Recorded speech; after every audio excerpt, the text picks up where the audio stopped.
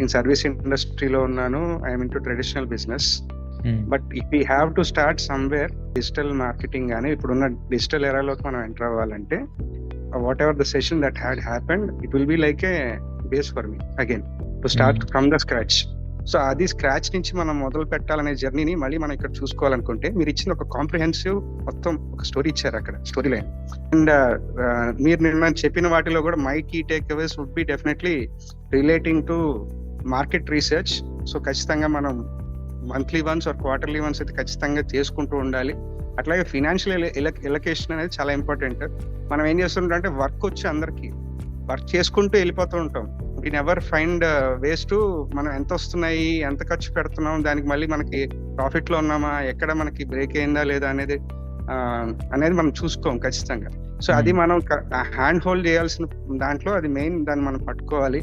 అట్లాగే కొన్ని main important things like KPIs or KPIs, ఇవి జనరల్ గా ఒక ఐఎస్ఓ కంపెనీకి చాలా అంటే చాలా ఇంపార్టెంట్. అండ్ ఇప్పటికి కూడా I keep refining all those KPIs మనం ఎవ్రీ ఇయర్లీ దాన్ని రిఫైన్ చేసుకుంటూ ఉండాలి.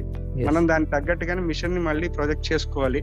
ఖచ్చితంగా ఇవన్నీ కూడా మనకి అంటే ఒక యాడెడ్ వాల్యూ అవుతాయి. కనిపించే వాల్యూ కాదు, అసెట్స్ కాదు అవి కంపెనీకి, ఇంటాంజిబుల్. అది మనకు ఖచ్చితంగా మీరు అన్నట్టు.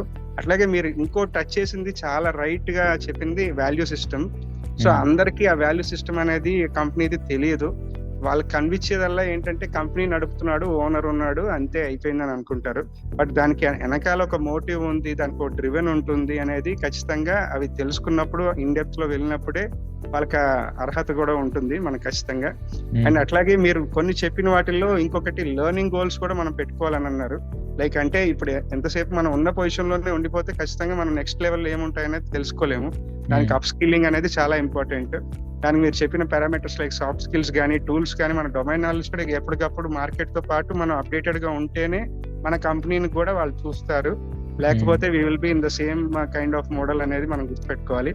అండ్ మీరు చెప్పిన దాంట్లో ఇంకా నాకు బాగా బెనిఫిట్ అయినది ఖచ్చితంగా ఈ డిజిటల్ మార్కెటింగ్ గురించి మీరు చెప్పిన యాడ్ బేసెస్ కానీ, లేకపోతే ప్రొడక్ట్ బేస్ దాంట్లో కూడా మన లైఫ్ సైకిల్ కి ఎలా ఎంత వాల్యూ ఇవ్వాలి, డిఫెక్ట్స్ ఉన్నప్పుడు దాని క్వాలిటీ పారామీటర్స్ ఎలా ఉంటాయి, వీటి నుంచి మనం ఏం నేర్చుకోవచ్చు అనే దానికి మళ్ళీ మనం దాన్ని తగ్గించుకుని మళ్ళీ ఎలా ముందుకు వెళ్ళాలి, క్వాలిటీని ఎలా పెంచుకోవచ్చు అనే దాన్ని నేను ఖచ్చితంగా తెలుసుకున్నాను.